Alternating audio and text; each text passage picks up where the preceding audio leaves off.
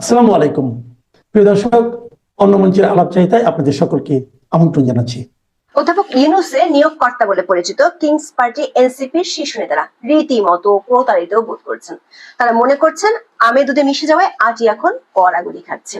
BNP আর অধ্যাপক ইউনূসের মিলনে নিজেদের পৃথিবী ঘিরে শুধু শূন্যই দেখছে সরকার সমর্থক দলটি। জুলাই ঘোষণাপত্র আর বিএনপির সঙ্গে অধ্যাপক ইউনূসের সমঝোতার অংশ হিসেবে ফেব্রুয়ারির প্রথমার্ধে নির্বাচনের ঘোষণায় তাদের এমন বোধোদয় হয়েছে।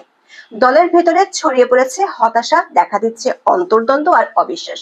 দলটির বেশ কয়েকজন নেতা মনে করছেন অধ্যাপক ইউনূস আমের আটির মতো এনসিপি কে ছুঁড়ে ফেলেছেন। বিএনপির ইচ্ছে মতো দেওয়া হয়েছে জুলাই ঘোষণাপত্র।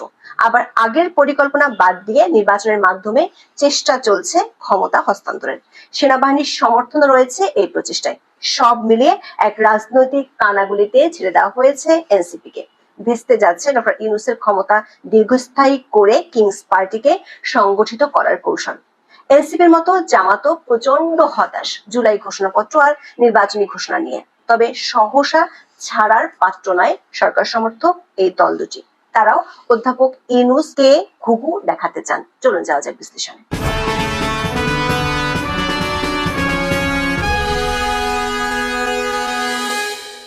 জুলাই ঘোষণাপত্র নিয়ে গত বছরের 31শে ডিসেম্বর থেকে অনেক নাটক হয়েছিল। শেষ পর্যন্ত আওয়ামী লীগের পতনের বর্ষপূর্তিতে 5ই আগস্ট জুলাই ঘোষণাপত্র পাঠ করেন অন্তর্বর্তী সরকারের প্রধান উপদেষ্টা ডক্টর মোহাম্মদ ইউনূস। 28 দফা ঘোষণাপত্রে 24-এর আন্দোলনের রাষ্ট্রীয় ও সাংবিধানিক স্বীকৃতির প্রতিশ্রুতি দেওয়া হয়। একই দিনে জাতির উদ্দেশ্যে ভাষণে আগামী ফেব্রুয়ারিতে জাতীয় নির্বাচন আয়োজনের কথা বলেন অধ্যাপক ইউনূস। পরদিন ফেব্রুয়ারি মাসে রোজা শুরুর আগে জাতীয় সংসদ নির্বাচন আয়োজনের জন্য প্রস্তুতি শেষ করতে নির্বাচন কমিশনকে চিঠি দেয় তার কার্যালয়। স্বাভাবিকভাবে নির্বাচনের এমন ঘোষণায় খুশি হওয়ার কথা সবারই, কিন্তু বাস্তবতা হলো সবাই এই ঘোষণায় খুশি হতে পারেনি।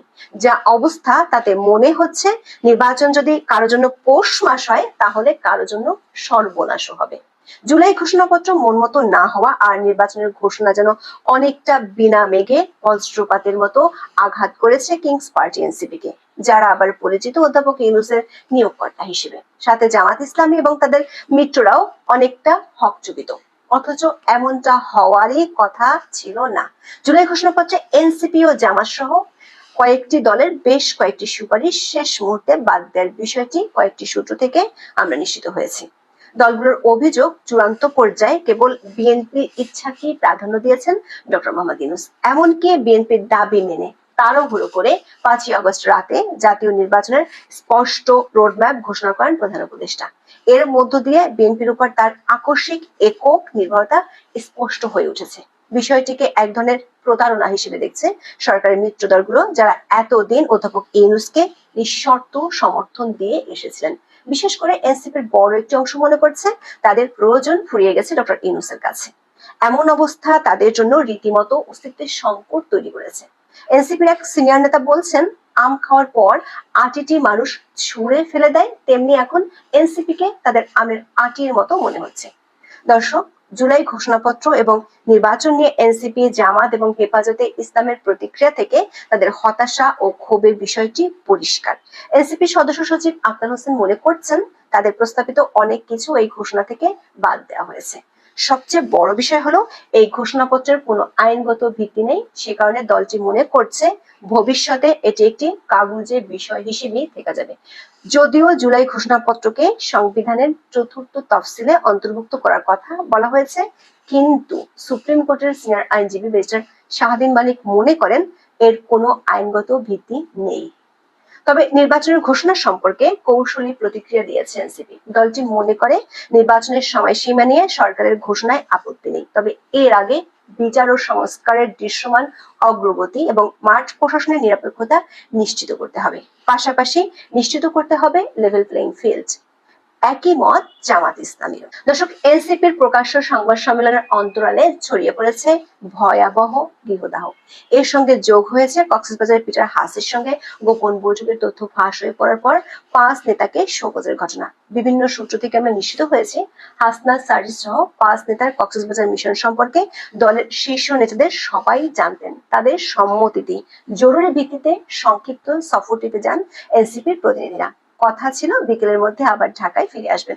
তবে ঘটনাটি ফাঁস হয়ে যাওয়ায় সবকিছু এলোমেলো হয়ে যায়। বিষয়টিকে সামাল দিতে নেতারা ঢাকায় না ফিরে হোটেল বদলে কক্সবাজারে অবস্থান করেন। তবে এনসিপির পক্ষ থেকে এই শোকজ করার ঘটনা তাদের হতভম্ব করেছে। এই ঘটনা দলের মধ্যে তৈরি হয়েছে নানামুখী সন্দেহ আর অবিশ্বাস।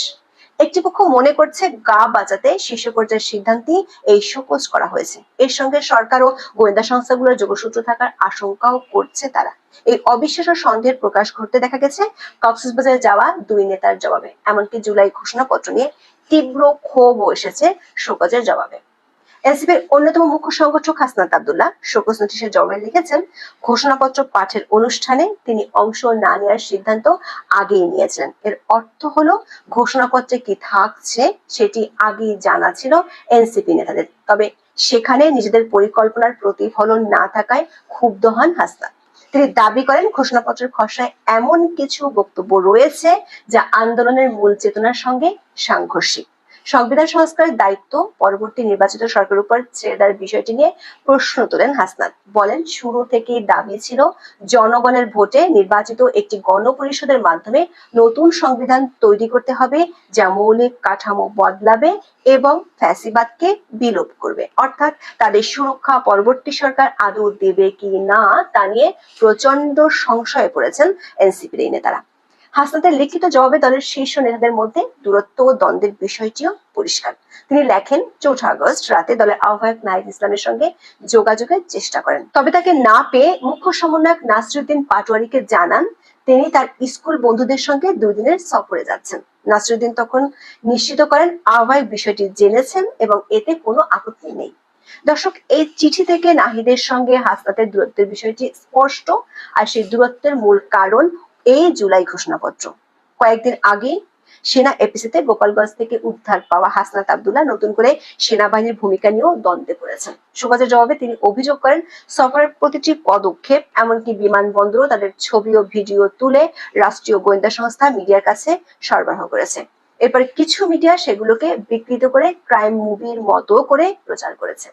এনসিপিতে বিরোধের বিষয়টি স্পষ্ট করে হাসনাত আরো লেখেন, দলের উচিত ছিল এসব অপপ্রচারের বিরুদ্ধে সোচ্চার হওয়া, কিন্তু তার বদলে দল এমন এক ভাষায় শোকজ পাঠিয়েছে তা যেন অপপ্রচারকে বিশ্বাসযোগ্য করে তোলে। সূত্রগুলো বলছে, অধ্যাপক ইউনূসের নির্বাচনী ঘোষণায় এনসিপির সিনিয়র নেতারা এখন 3 ভাগে বিভক্ত হয়ে পড়েছে। আহ্বায়ক নাহিদ ইসলামের নেতৃত্বে এক পক্ষ চায় সরকারের কাছ থেকে সুবিধা নিয়ে নির্বাচনে অংশ নেওয়ার প্রস্তুতি নেওয়া, কিন্তু দলের 2 মুখ্য সমন্বয়কের নেতৃত্বে অন্য পক্ষটি চায় নির্বাচন বর্জনের ঘোষণা দিতে। দলের সদস্য সচিব আক্তার হোসেনের নেতৃত্বে তৃতীয় পক্ষটি নির্বাচনের অংশ নেওয়া দলগুলোর সাথে জোটবদ্ধ হয়ে নির্বাচন করতে পক্ষপাতী। 8 আগস্ট সকালে দলের 4 নেতা কক্সবাজার থেকে ঢাকায় আসলেও অন্য নেতাদের সাথে তারা কোনো বৈঠকই করেনি। এমনকি দলের 3 নেতা এখনো শোকজের জবাবই দেয়নি। তবে হাসনাতের মতো শোকজের জবাব দিয়েছেন নাসিরউদ্দিন পাটোয়ারী। তার বক্তব্যে পরিষ্কার, তিনি কক্সবাজার যাওয়ার বিষয়টি দলের আহ্বায়ক নাহিদ ইসলাম এবং সদস্য সচিব আক্তার হোসেনকে জানিয়েছিলেন। তাহলে প্রশ্ন ওঠে, শোকজ নোটিশে কি তাদের বিরুদ্ধে মিথ্যা অভিযোগ আনা হয়েছিল? যদি তাই হয় তাহলে সেটি কেন করলো নাহিদ ও আক্তার? পাটোয়ারী শোকজের জবাবে লিখেছেন, হাসনাতের কক্সবাজারে যাওয়ার পরিকল্পনার তথ্য তিনি আহ্বায়ক নাহিদ ইসলামকে জানান। একই রাতে তিনি সদস্য সচিব আক্তার হোসেনের সঙ্গে ফোনে যোগাযোগ করেন। এই সময় জানতে পারেন পরদিন 5 আগস্টের রাষ্ট্রীয় প্রোগ্রামে দল থেকে 3 জন প্রতিনিধি যাচ্ছেন এবং সেখানে তার কোনো কাজ নেই। দর্শক, খেয়াল করে দেখুন, জুলাই আন্দোলনের বর্ষপূর্তির অনুষ্ঠানে এনসিপির কর্মসূচি কি অথবা রাষ্ট্রীয় অনুষ্ঠানের দলে কারা যাবেন সেটি আগের রাতেও দলটির আহ্বায়ক কমিটির গুটি কয়েক নেতাই শুধু জানতেন। নাসিরউদ্দিন পাটোয়ারীর মতো মুখ্য সমন্বয়কও সেটি আক্তার হোসেনকে ফোন করার পর জেনেছেন। এর অর্থ দাঁড়ায় ঘোষণাপত্র পাঠের মতো অনুষ্ঠানটি নিয়েও দলের একটি পক্ষ শেষ মুহূর্ত পর্যন্ত লুকোচুরি চালিয়ে গেছে। আর সেই অংশের বিরুদ্ধে ক্ষোভ পরিষ্কার নাসিরউদ্দিন পাটোয়ারীর লিখিত জবাবে। তবে এই সফরটির উদ্দেশ্য যে শুধু ঘোরাঘুরি করাই ছিল না সেটিও পরিষ্কার করেন পাটোয়ারী। লেখেন, ঘুরতে গিয়েছিলাম, তবে এই ঘোরার লক্ষ্য ছিল রাজনীতির ভবিষ্যৎ দিক নির্দেশনা নিয়ে একান্তে চিন্তা ভাবনা করা। সাগরের পাড়ে বসে গভীরভাবে ভাবতে চেয়েছেন গণ অভ্যুত্থান, নাগরিক কমিটি, নাগরিক পার্টির কাঠামো, ভবিষ্যৎ গণপরিষদ এবং একটি নতুন গণতান্ত্রিক সংবিধানের রূপরেখা নিয়ে। কক্সবাজারে পিটার হাসের সঙ্গে দেখা হয়নি বলেও দাবি করেন পাটোয়ারী। সেই সঙ্গে শোকজের ঘটনায় ক্ষোভ চাপা না দিয়ে লেখেন, ঘুরতে গেলে দলের বিধিমালা লঙ্ঘন হয় এমন কোনো বার্তা তাকে কখনো দল থেকে দেয়া হয়নি। এখানেই না থেমে তিনি লেখেন, অসভ্য জগতে সভ্যতার এক নিদর্শন হিসেবে তিনি এই শোকজের জবাব দিয়েছেন। একটি ইঙ্গিত দিয়ে শোকজের জবাবে শেষ করেন নাসিরুদ্দিন পাটোয়ারি, লেখেন, ঘুরতে যাওয়া অপরাধ নয়, কারণ ইতিহাস কেবল মিটিং এ নয়, অনেক সময় নির্জন চিন্তার ঘরে বা সাগরের পাড়েও জন্ম নেয়। প্রশ্ন হলো, সাগর পাড় থেকে এবার কোন ইতিহাসের ছক কষছেন হাসনাত সার্জিস পাটোয়ারিরা? সেই ইতিহাসের লেখনীতে সহায়ক শক্তি হিসেবে কারা থাকছেন? ঘোষণাপত্র এবং নির্বাচন নিয়ে জামাত ও হেফাজতের আপত্তিও কি এনসিপির এই অংশের সঙ্গে গিয়ে মিলবে বঙ্গোপসাগরের মোহনায়?